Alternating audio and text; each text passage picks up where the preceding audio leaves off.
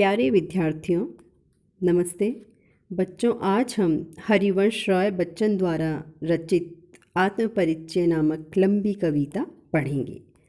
पूर्व में बच्चों हम इसका कुछ भाग पढ़ चुके हैं। इस कविता में कवि बच्चन साहब ने सुख और दुख को समभाव से अपनाने की बात कही है। साथ ही इस संसार में उमंग, प्रेम पूर्वक और मौज मस्ती से जीवन व्यतीत करने के भाव भी व्यक्त किए हैं।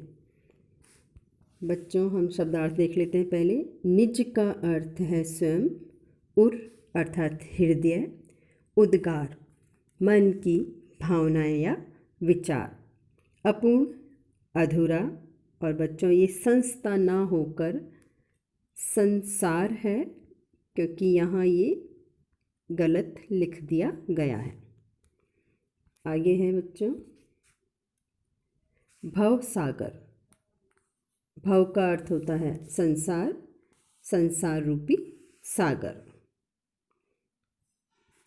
बच्चों, इस कविता में कवि ने कहा है, मैं निज उर के उद्गार लिए फिरता हूँ कि मैं तो इस संसार में अपने हृदय में उठने वाले भाव और विचारों को लिए इधर उधर फिरता रहता हूँ। मैं उन्हीं मनोभावों को लेकर प्रेम की भावना और लोक कल्याण में लगा रहता हूँ। मैं निज उर के उपहार लिए फिरता हूँ। मैं किसी के इशारे पर नहीं, बल्कि अपने हृदय की भावनाओं को, जो कि प्रेम से भरी हुई हैं, प्रेम रूपी जो भेंट है, वो सबको देता फिरता हूँ। अर्थात मैं अपने मन के विचारों को ही अभिव्यक्त करता हूँ।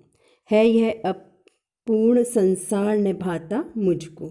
बच्चों, ये संस्था ना होकर संसार है।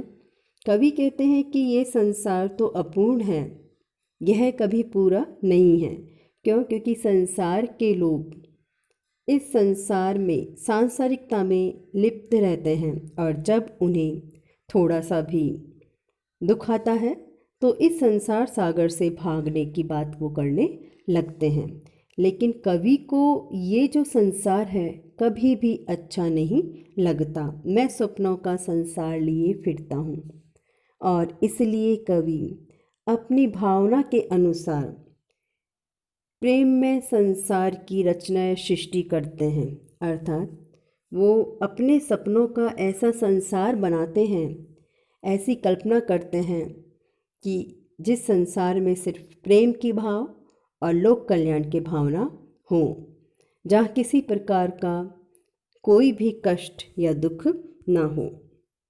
मैं जला हृदय में अग्निदाह करता हूँ।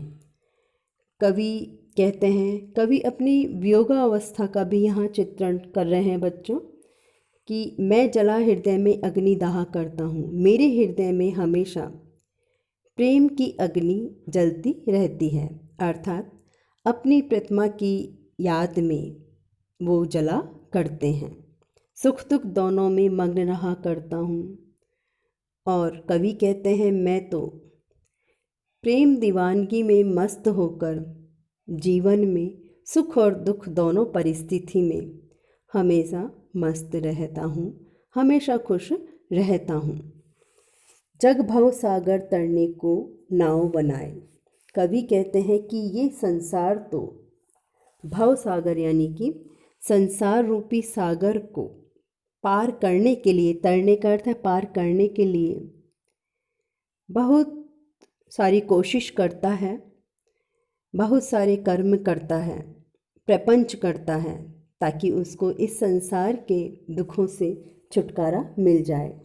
मैं मन मौजों पर मस्त बहा करता हूँ।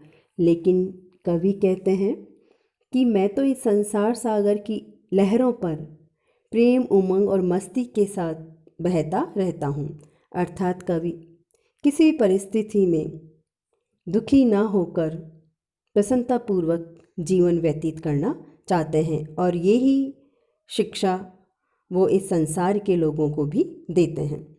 बच्चों, इसमें अनुप्रास अलंकार है और भावसागर में रूपक अलंकार का प्रयोग यहाँ पर हुआ है।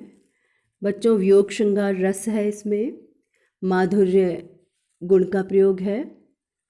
साथ ही बच्चों इसमें संसार के स्वार्थी और विडंबनापूर्ण जो अपूर्णता है उसको यहाँ पर दर्शाया गया है। रुबाई छंद है। रुबाई छंद कल मैंने बच्चों बताया भी था।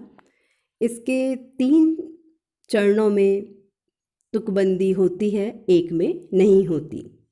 और उमर खयाम की रुबाइयों का यहाँ पर प्रभाव हमें दिखाई देता है।